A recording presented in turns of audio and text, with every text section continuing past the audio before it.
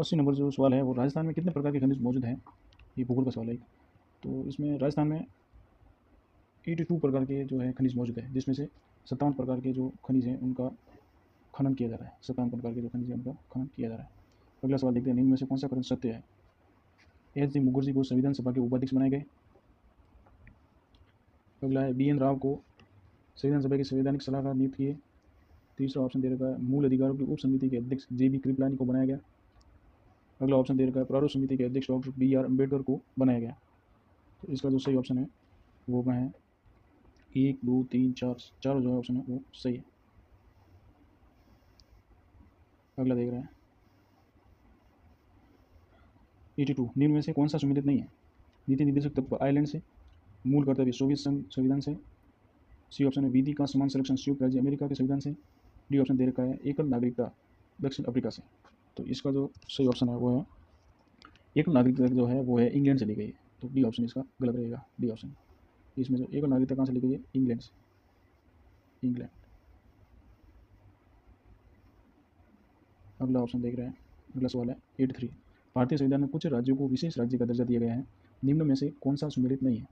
महाराष्ट्र 371, नागालैंड 371 क, असम 371 ख और मणिपुर है 371 ग। तो इसमें 83 का है D option, D option, D option जो है वो सम्मिलित नहीं है। अगला सवाल देखते हैं 84, भारत को राज्यों का संघ कहा गया है क्योंकि भारतीय संघ किसी संधि का परिणाम नहीं है, इसकी इकाइयों को संघ से अलग होने का अधिकार नहीं है। तो दोनों सही है, ये भी दोनों सही है, ए ऑप्शन है, सॉरी सी ऑप्शन सही है, ये भी दोनों सही। सवाल नंबर 85, निम्नलिखित में से कौन सा कथन सत्य है। संविधान सभा में पंडित जवाहरलाल नेहरू द्वारा 13 सितंबर 1948 को उद्देश्य संकल्प प्रस्तुत किया गया। दूसरा दीर्घ संविधान की उद्देशिका में अब तक एक बार संशोधन किया गया है। तीसरा ऑप्शन है उद्देशिका प्रस्तावना में भारतीय संविधान में निहित दर्शन की अभिव्यक्ति होती है। चौथा ऑप्शन दे रखा है फ्रांस की क्रांति से प्रेरित होकर प्रस्तावना में स्वतंत्रता समानता बंधुत्व के आदर्श को शामिल किया गया है। तो इसका ऑप्शन नंबर ए गलत है, इसमें 1948 नहीं होगा, 1946 होगा। उसने 1946 में दिसंबर 1946 के आसपास में उन्होंने उद्देशिका प्रस्तावना जो है प्रस्तुत की हुई। अगला ऑप्शन है, इसका जो सही ऑप्शन है वो है बी। अगला देखते हैं 86, संविधान की उद्देशिका में समाजवादी पंथ निरपेक्ष और अखंडता शब्द को किस संविधान संशोधन के द्वारा शामिल किया गया। तो इसका जो ये तीनों किए गए हैं 42वां संविधान संशोधन 1976। अगला देखते हैं 87, संविधान की प्रस्तावना के संबंध में कौन सा कथन सत्य है। प्रस्तावना न्यायालय में परिवर्तन नहीं है, उद्देशिका को संविधान की आत्मा कहा जाता है। तीसरा दे रखा है केशवानंद भारतीय बनाम केरल राज्य के केस में सर्वोच्च न्यायालय ने प्रस्तावना को संविधान का एक भाग स्वीकार किया गया है। इसमें से कौन सा ऑप्शन है वो सही है। तो इसमें अपन देखते हैं 1 2 और 3 तीनों सही है, ऑप्शन नंबर सी। अगला देख रहे हैं 88, निम्नलिखित में से कौन सा सम्मिलित नहीं है। 1914 में विधि का समक्ष समानता, 1917 अस्पृश्यता का अंत, 1918 उपाधि का अंत, 1916 जन्म के आधार पर विभेद का प्रतिषेध। तो ये जो ऑप्शन आता है ये आर्टिकल 15 में होना चाहिए। तो इसका जो असम्मिलित है वो है आर्टिकल 16। अगला देख रहे हैं 89, निम्नलिखित में से कौन सा कथन मौलिक अधिकारों के बारे में सत्य नहीं है। भारतीय संविधान के भाग 3 तथा 1912 से 30 तक यह प्रावधान किया गया है। बी ऑप्शन दे रखा मूल अधिकार को भारत का मैग्ना कार्टा कहा जाता है। सी ऑप्शन दे रखा मूल अधिकार वस्तुतः राज्य के विरुद्ध व्यक्ति को संरक्षण प्रदान करता है। और डी ऑप्शन दे रखा मौलिक अधिकार संबंधित प्रावधान अमेरिका संविधान से लिया गया है। तो ये सब सही है, लेकिन पहला जो ऑप्शन दे रखा है भारतीय संविधान में भाग 3 ये तो सही है, लेकिन अनुच्छेद 12 से 35 होना चाहिए था। तो यहाँ पे 12 से 30 दे रखा है, तो ये ऑप्शन है जो वो सत्य नहीं है। अगला सवाल देखते हैं 90, निम्नलिखित कथनों पर विचार करें, सत्य कथनों का चयन करें। पहला ऑप्शन दे रखा है न्यायालयों को मौलिक अधिकार का उल्लंघन करने वाले कानूनों को अवैध घोषित करने की शक्ति प्राप्त नहीं है। दूसरा ऑप्शन देगा सर्वोच्च न्यायालय को संविधान में मौलिक अधिकारों का संरक्षक एवं प्रतिभू की विशेष भूमिका प्रदान की गई है। तीसरा ऑप्शन देगा अनुच्छेद 32 द्वारा उच्चतम न्यायालयों को मूल अधिकारों का रक्षक बताया गया है। ऑप्शन नंबर 4 देगा अनुच्छेद 226 द्वारा उच्च न्यायालयों को मूल अधिकारों की रक्षा का दायित्व दिया गया है। तो इसका सही ऑप्शन कौन सा है, तो इसमें देखो पहला ऑप्शन क्या देगा न्यायालयों को मौलिक अधिकार का उल्लंघन करने वाले कानूनों को अवैध घोषित करने की शक्ति प्राप्त नहीं है।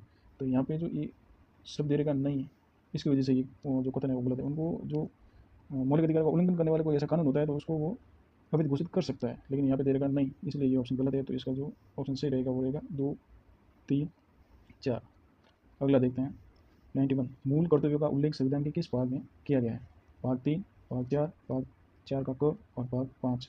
तो इसका जो ऑप्शन सही दे रखा है वो है भाग 4 क, ठीक है। और इसमें जो भाग 3 में दे रखा है वो है मूल अधिकार, भाग 3 में मूल अधिकार है।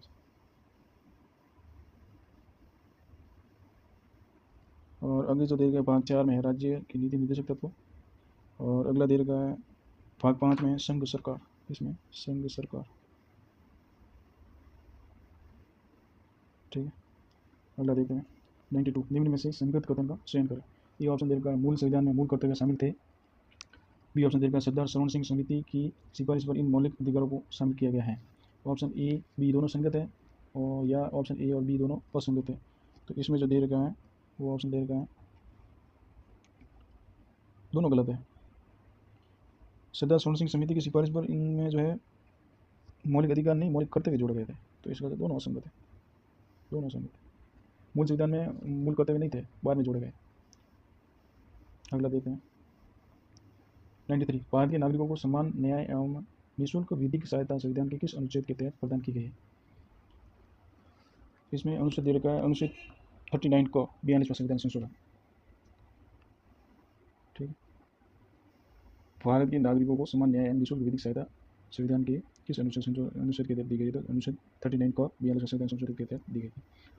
94, निम्नलिखित में से कौन सा सम्मिलित नहीं है। अनुच्छेद 40 ग्राम पंचायत का गठन, अनुच्छेद 42 प्रसूति सहायता का उपबंध, अनुच्छेद 47 कृषि और पशुपालन का संगठन, अनुच्छेद 50 ये है कार्यपालिका से न्यायपालिका का पृथक्करण। तो इसमें जो ऑप्शन दे रखा है वो है सी वाला ऑप्शन दे रखा है, कृषि और पशुपालन का संगठन। ये जो यहाँ पे 47 है, ये नहीं होना चाहिए था, ये यहाँ पे गलत है, 47 नहीं होना चाहिए था, यहाँ पे होना चाहिए था 48 आर्टिकल है, उसमें दे रखा है कृषि और पशुपालन का संगठन। अगला देखते हैं 95, भारत एक गणतंत्र या गणराज्य है, इसका अर्थ है सभी मामलों के अंतिम अधिकार जनता के पास है, भारत में संसदीय शासन नहीं है, भारत में वंशानुगत शासन नहीं है, भारत राज्य का संघ है। इसमें कौन सा ऑप्शन सही रहेगा। तो इसमें जो दे रखा है सभी मामलों में अंतिम अधिकार जनता के पास है, ये नहीं है। बी और संसदीय शासन नहीं है। सी ऑप्शन दे रखा वंशानुगत शासन नहीं है। तो इसमें गणराज्य का मतलब होता है कोई वंशानुगत शासन नहीं है। ठीक है, यहाँ पे जनता अपना प्रतिनिधित्व सुनती है। अगला है 96, संविधान की प्रस्तावना के बारे में कौन सा कथन सत्य है। ऑप्शन नंबर 1, समाजवादी पंथ निरपेक्ष शब्द संविधान के अंग नहीं थे, ये बात सही है। समाजवादी पंथ निरपेक्ष शब्द 1976 में जोड़े गए 42वां संविधान संशोधन के तहत, ये बात भी सही है। अखंडता शब्द 1978 में जोड़ा गया था, ये यहाँ पे गलत बात है, क्योंकि ये भी 1976 में ही जुड़ा था। तीनों शब्दों को 1976 42वां संविधान संशोधन के तहत जोड़ा था। तो इसमें तीसरा ऑप्शन गलत है, बाकी 1 और 2 दोनों सही है। तो यहाँ पे कौन सा ऑप्शन रहेगा अपना, डी ऑप्शन। अगला देखते हैं 97, निम्नलिखित में से कौन सा शब्द भारतीय संविधान की प्रस्तावना में सम्मिलित नहीं था जिसे 42वें संविधान संशोधन द्वारा जोड़ा गया था। बंधुत्व, संप्रभु, समानता या अखंडता। तो इसका सामने दिख रहा है अपना डी ऑप्शन, अखंडता। अगला सवाल देखेंगे 98, भारतीय संविधान की प्रस्तावना के बारे में निम्न में से कौन सा कथन सही है। ये ऑप्शन दे रखा है संपूर्ण प्रभुत्व संपन्न पंथ निरपेक्ष समाजवादी गणराज्य। बी ऑप्शन दे रखा है समाजवादी पंथ निरपेक्ष संपूर्ण प्रभुत्व संपन्न गणराज्य। सी ऑप्शन देगा संपूर्ण प्रभुत्व संपन्न समाजवादी पंथ निरपेक्ष गणराज्य। डी ऑप्शन देगा संपूर्ण प्रभुत्व संपन्न समाजवादी गणराज्य पंथ निरपेक्ष। तो इसमें जो अपने को प्रस्तावना पूरी याद होनी चाहिए थी।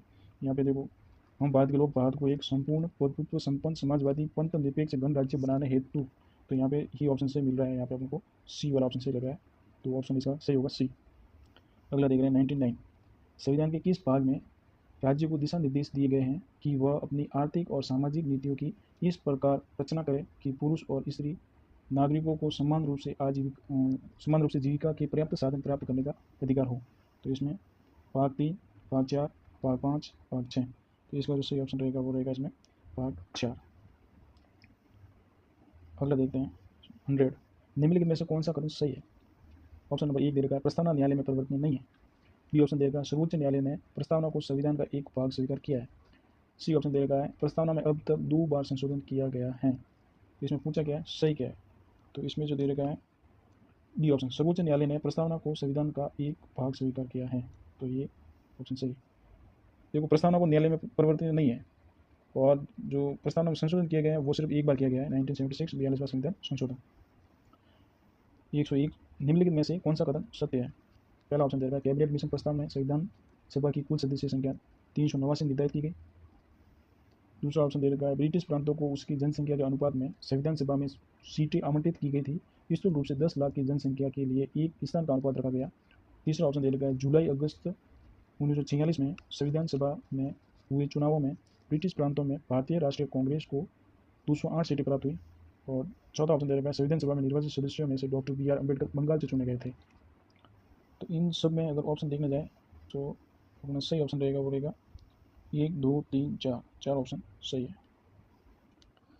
अगला सवाल देखते हैं। 102 निम्नलिखित में से सत्य कथन का चयन करना है। पहला ऑप्शन दे रखा है बी एस राव भारत सरकार के मुख्य योजनाकार बने। दूसरा ऑप्शन देगा एस एन मुखर्जी संविधान सभा के संवैधानिक सलाहकार थे। तीसरा ऑप्शन देगा डॉक्टर राजेंद्र प्रसाद संविधान सभा का स्थायी अध्यक्ष चुना गया। तो यहाँ पे जो ऑप्शन देगा केवल तीन इसमें सही है। ठीक है, क्योंकि यहाँ पे दूसरा जो ऑप्शन दे रखा है एस एन मुखर्जी संविधान सभा के संवैधानिक सलाहकार, तो इसमें बी एन राव थे। वो संविधान सभा के संवैधानिक सलाहकार थे। अगला ऑप्शन है 133 वाला सवाल देखते हैं। निम्नलिखित में से सत्य कथन का चयन करना है। ये ऑप्शन देगा उद्देश्य प्रस्ताव को संविधान सभा ने 22 जनवरी 1947 को सर्वसम्मति से स्वीकार किया गया। दूसरा ऑप्शन दे रखा है देश के विभाजन के बाद भारत की संविधान सभा में 324 सदस्य रहे। तो ये दोनों बात सही है, ये और भी दोनों सत्य है। अगला देखते हैं 104 निम्नलिखित में से कौन सा प्रारूप समिति के सदस्यों में से शामिल नहीं था। निम्नलिखित में से कौन सा प्रारूप समिति के सदस्यों में शामिल था। तो इसमें 104 में कौन कौन दे रखा है। पहला ऑप्शन दे रखा है एन गोपाल स्वामी अय्यंगर, दूसरा दे रखा वल्लभ भाई पटेल, तीसरा बी एल मित्तर, चौथा सच्चिदानंद सिन्हा, पांचवा डी पी खेतान। इसमें कौन कौन सदस्य थे। तो यहाँ पे एक तो पहला था एन गोपाल स्वामी अय्यंगर, एक तीसरा बी एल मित्तर, एक पांचवा डी पी खेतान। तो पहला ही ऑप्शन इसमें सही है, पहला। अगला देखते हैं 105 26 नवंबर 1949 को संविधान अंगीकार किया गया। उस दिन सभा में उपस्थित कितने सदस्यों द्वारा संविधान पर हस्ताक्षर किए गए। 289, 284, 299, 208। तो इसका सही ऑप्शन है बी 284। अगला सवाल देखते हैं 106 भारतीय संविधान के स्रोत में कौन सा सम्मिलित नहीं है। पहला ऑप्शन दे रखा है संघीय लोक सेवा आयोग 1935 बाल शासन अधिनियम। बी ऑप्शन दे रखा है संसद के संयुक्त अधिवेशन का प्रावधान ब्रिटेन, पंचवर्षीय योजना सोवियत संघ। और डी ऑप्शन दे रखा है संविधान संशोधन प्रक्रिया दक्षिण अफ्रीका। इसका जो सही ऑप्शन है वो बी है। बी में दे रखा है संसद के संयुक्त अधिवेशन का प्रावधान ब्रिटेन। यहाँ पे ब्रिटेन नहीं है, यहाँ पे होना चाहिए था ऑस्ट्रेलिया, ये ऑप्शन है। ठीक है, यहाँ पे होना चाहिए था क्या ऑस्ट्रेलिया।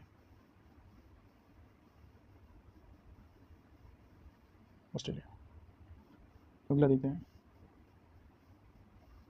107 भारत की संसदीय शासन प्रणाली एवं ब्रिटेन की संसदीय शासन प्रणाली में अंतर का बिंदु निम्नलिखित में से कौन सा है। ये ऑप्शन है सामूहिक उत्तरदायित्व, बी ऑप्शन है न्यायिक समीक्षा, सी ऑप्शन है द्विवीय सदनात्मक व्यवस्थायिका और डी ऑप्शन दे रखा है वास्तविक एवं नाममात्र की कार्यपालिका। तो इसमें दे रखा है न्यायिक समीक्षा, बी ऑप्शन है। ठीक है, सवाल वापस पढ़ लेना एक बार। भारत की संसदीय शासन प्रणाली एवं ब्रिटेन की संसदीय शासन प्रणाली में अंतर यही है न्यायिक समीक्षा। 108 वाला सवाल है भारतीय संविधान में निम्न में से कौन सा प्रावधान कनाडा के संविधान से नहीं लिया गया है। ये ऑप्शन दे रखा है राज्य का संघ शब्दों का प्रयोग, बी ऑप्शन है राज्यपाल का राष्ट्रपति के प्रसाद पर्यंत पद धारण करना, सी ऑप्शन है प्रस्तावना की भाषा और डी ऑप्शन है राज्य विधान मंडल के उच्च सदन के संगठन का रूप। तो इसमें भाषा जो दे रखी है, भाषा हमने ली है ऑस्ट्रेलिया से। भाषा कहाँ से ली है, ऑस्ट्रेलिया से। ठीक, अगला सवाल है 109 संविधान की प्रस्तावना में प्रयुक्त शब्द सेक्युलर का अर्थ क्या है। सेक्युलर का इसमें अर्थ है सभी धर्मों को धर्म एवं उपासना की स्वतंत्रता, सेक्युलरिज्म। सभी धर्मों को धर्म और उपासना की स्वतंत्रता है। 110 है भारतीय संविधान में एकात्मक का निम्न में से कौन सा लक्षण नहीं है। ऑप्शन ए दे रखा है सशक्त केंद्र, बी है संविधान की अपरिवर्तनशीलता, सी दे रखा है संविधान का लचीलापन, डी दे रखा है अखिल भारतीय सेवा। तो इसमें जो संविधान की अपरिवर्तनशीलता ये गलत है। अपन संविधान को परिवर्तन कर सकते हैं, जरूरत के हिसाब से उसमें संशोधन किए जा रहे हैं और किए भी जाएंगे और किए जा सकते हैं। अगला है 111 निम्नलिखित में से किस संविधान संशोधन के माध्यम से संविधान में अनुच्छेद 15(6) को अंत स्थापित किया गया है। अनुच्छेद 15(6) सामान्य श्रेणी के आर्थिक रूप से पिछड़े नागरिकों के लिए संविधान द्वारा विशेष उपबंध किए जा सकेंगे। ऑप्शन ए दे रखा है संविधान संशोधन 103, संविधान संशोधन 102, संविधान संशोधन 104, संविधान संशोधन 105। तो इसका जो सही ऑप्शन है संविधान संशोधन 103 वाला। ठीक है, अगला देखते हैं 112 समानता का अधिकार संविधान के निम्न अनुच्छेदों में से किन के अंतर्गत दिया हुआ है। अनुच्छेद 13, अनुच्छेद 14, अनुच्छेद 15, अनुच्छेद 16। समानता का अधिकार देखो 13 इसमें दे रखा है, 13 में स्वतंत्रता है। ठीक है, तो यहाँ पे सी ऑप्शन सही रहेगा, 2, 3 और 4, 2, 3 और 4। अगला देखते हैं, भारतीय संविधान के अनुच्छेद 25 का संबंध है समानता के अधिकार से, संपत्ति के अधिकार से, धर्म की स्वतंत्रता से, अल्पसंख्यकों की सुरक्षा से। तो 25 में है धर्म की स्वतंत्रता। 114, निम्न में से एक याचिका अधीनस्थ न्यायालयों की कार्य पद्धति का परीक्षण करती है, अधिकार परीक्षा, परमादेश, उत्प्रेषण या बंदी प्रत्यक्षीकरण। तो इसका जो सही ऑप्शन है वो उत्प्रेषण। ठीक है, ऊपर से प्रेशर। 115, किसी व्यक्ति को एक ही अपराध के लिए एक बार से अधिक अभियोजित या दंडित नहीं किया जाएगा। अपराधों के लिए दो से अधिक के संबंध में उपयुक्त संरक्षण किस अनुच्छेद के अंतर्गत दिया गया है? तो ये देगा अनुच्छेद 20। अगला है 116, निम्नलिखित कथनों पर विचार कर सत्य कथन का चयन करें। ऑप्शन ए देगा अनुच्छेद 32 को संविधान की आत्मा और हृदय कहा जाता है। बी ऑप्शन देगा अनुच्छेद 32 को सिर्फ मूल अधिकारों की ही सुरक्षा करता है, अन्य अधिकारों की नहीं करता है। तो इसमें ए और बी दोनों सही बात है। अगला 117 है, निम्नलिखित को सम्मिलित करना है। अनुच्छेद 36, 41, 44 और 43। इसमें जो दिया गया देखो, अनुच्छेद 36 में राज्य की परिभाषा, इसका एक ही सही है। अनुच्छेद 41 में काम करने की स्वतंत्रता, काम करने का अधिकार। अनुच्छेद 44 में समान नागरिक संहिता। अनुच्छेद 43 में कामगारों की न्यूनतम मजदूरी। तो ये 1, 2, 3, 4 ही चाहिए इसके, तो ये पहला ही ऑप्शन सही है इसका। ठीक है, अगला देखते हैं 118, निम्नलिखित में से कौन सा सत्य नहीं है? ये ऑप्शन देगा नीति निर्देशक तत्व कल्याणकारी राज्य की स्थापना में सहायक है। दूसरा देगा नीति निर्देशक तत्व न्यायालय द्वारा परिवर्तनीय एवं बाध्यकारी है। यही गलत है इसमें। नीति निर्देशक तत्व न्यायालय द्वारा परिवर्तनीय एवं बाध्यकारी नहीं है, वो अपनी इच्छा पर डिपेंड है। तीसरा देगा नीति निर्देशक तत्वों को क्रियान्वित कराने हेतु न्यायालय की शरण नहीं ली जा सकती। और डी है, नीति निर्देशक तत्वों के लिए कानून निर्माण कर इन तत्वों को लागू करना राज्य का कर्तव्य होगा। कर्तव्य है, लेकिन इनको क्रियान्वित करने के लिए न्यायालय में नहीं जा सकते हैं। तो इसका जो सही ऑप्शन है वो बी है, इसको बाध्यकारी नहीं है। 119 है, 42वें संविधान संशोधन 1976 द्वारा नीति निर्देशक तत्वों में किसे शामिल नहीं किया गया? ऑप्शन ए देगा सामान्य न्याय और निःशुल्क विधि सहायता। ऑप्शन बी देगा राज्य सहकारी समितियों के स्वैच्छिक निर्माण कार्य नियंत्रण। सी देगा उद्योगों के प्रबंधन में कर्मकारों का भाग लेना सुनिश्चित किया गया। डी ऑप्शन देगा पर्यावरण का संरक्षण व संवर्धन। तो इसमें जो दे रखा है ऑप्शन नंबर बी, राज्य सहकारी समितियों के स्वैच्छिक निर्माण कार्य नियंत्रण। तो इसमें ये जो संशोधन है वो 97 वाला संशोधन, 42वां नहीं है। ये संशोधन कौन सा है? 97 वाला संशोधन। ठीक है, और ये हुआ था 2011। अगला देखिए 120, निम्नलिखित में से असत्य कथन का चयन करना है। ऑप्शन दे रखा है, ये नंबर है, पुरुष व स्त्री सभी नागरिकों को समान रूप से जीविका के पर्याप्त साधन प्राप्त कराने या करने का अधिकार अनुच्छेद 39 में। बी ऑप्शन है, राज्य काम की न्याय संगत और मानवोचित दशाओं तथा प्रसूति सहायता का उपबंध अनुच्छेद 42। सी ऑप्शन देगा ग्रामों में कुटीर उद्योगों को बढ़ावा देने का कार्य अनुच्छेद 40। और डी ऑप्शन देगा अनुसूचित जाति जनजाति एवं समाज के अन्य दुर्बल वर्गों की शिक्षा और अर्थ संबंधी हितों की अभिवृद्धि अनुच्छेद 46। तो इसमें जो दे रखा है सी ऑप्शन देगा ग्रामों में कुटीर उद्योग को बढ़ावा देने का कार्य। यहाँ पे अनुच्छेद दे रखा है 40, जबकि यहाँ पे होना चाहिए थे 43। ऑप्शन नंबर सी जो है वो गलत है। अगला सवाल है 121, निम्नलिखित में से कौन सा एक नीति निर्देशक तत्वों में शामिल है? ये ऑप्शन देगा समान न्याय। बी ऑप्शन प्रेस की स्वतंत्रता। सी ऑप्शन धर्म की स्वतंत्रता। डी ऑप्शन है विधि के समक्ष समानता। तो नीति निर्देशक तत्वों में क्या है? समान न्याय, प्रेस की स्वतंत्रता, धर्म की स्वतंत्रता, विधि के समक्ष समानता। तो यहाँ पे 121 और इसका जो सही ऑप्शन है वो है समान न्याय। ये नीति निर्देशक तत्वों में शामिल है। अगला सवाल है 142 वाला, निम्नलिखित में से कौन सा कथन संविधान निर्माण के बारे में सही है? पहला ऑप्शन दे रखा है, संविधान सभा सिद्धांत का सर्वप्रथम विचार 1895 के स्वराज्य विधेयक में व्यक्त हुआ था। दूसरा दे रखा है, संविधान सभा के प्रश्न पर विचार करने के लिए 1922 में एनी बेसेंट की पहल पर केंद्रीय विधानमंडल के दोनों सदनों के सदस्यों की एक संयुक्त बैठक शिमला में आयोजित की गई। तीसरा ऑप्शन दे रखा है, जनवरी 1925 में दिल्ली में हुए सर्वदलीय सम्मेलन के समक्ष कॉमनवेल्थ ऑफ इंडिया बिल को प्रस्तुत किया गया, जिसकी अध्यक्षता महात्मा गांधी ने की। चौथा ऑप्शन देगा, मई 1928 में मुंबई में आयोजित सर्वदलीय सम्मेलन में भारतीय संविधान के सिद्धांत निर्धारित करने के लिए मोतीलाल नेहरू की अध्यक्षता में नेहरू समिति का गठन किया गया। तो ये चारों बात सही है इसमें, तो ऑप्शन नंबर सी सही है। ठीक है, चारों बात सही है। अगला सवाल देखते हैं 143, संविधान सभा का प्रथम अधिवेशन 9 दिसंबर 1946 को दिल्ली में शुरू हुआ। इस अधिवेशन में अस्थायी अध्यक्ष किसे नियुक्त किया गया था? तो अस्थायी जो अध्यक्ष थे वो तो थे सच्चिदानंद सिन्हा, और जो स्थायी अध्यक्ष थे वो थे डॉक्टर राजेंद्र प्रसाद। अगला देखते हैं 144। भारतीय संविधान के स्रोत में कौन सा सुमिलित नहीं है?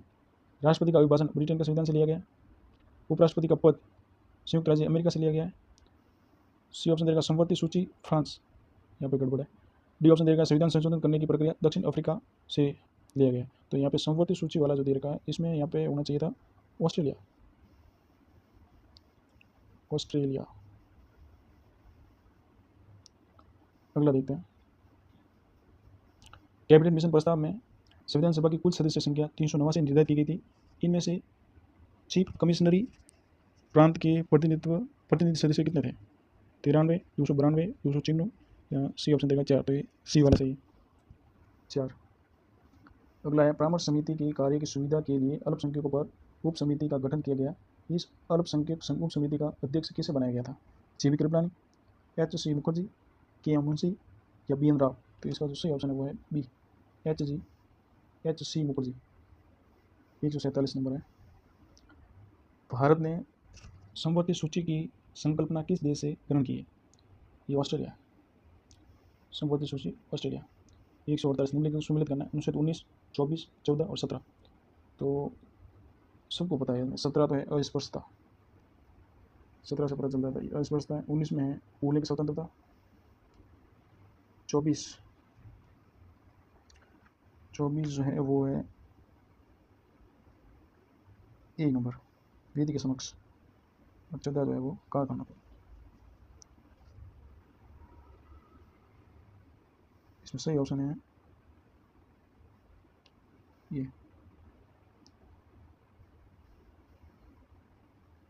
ठीक है, डी का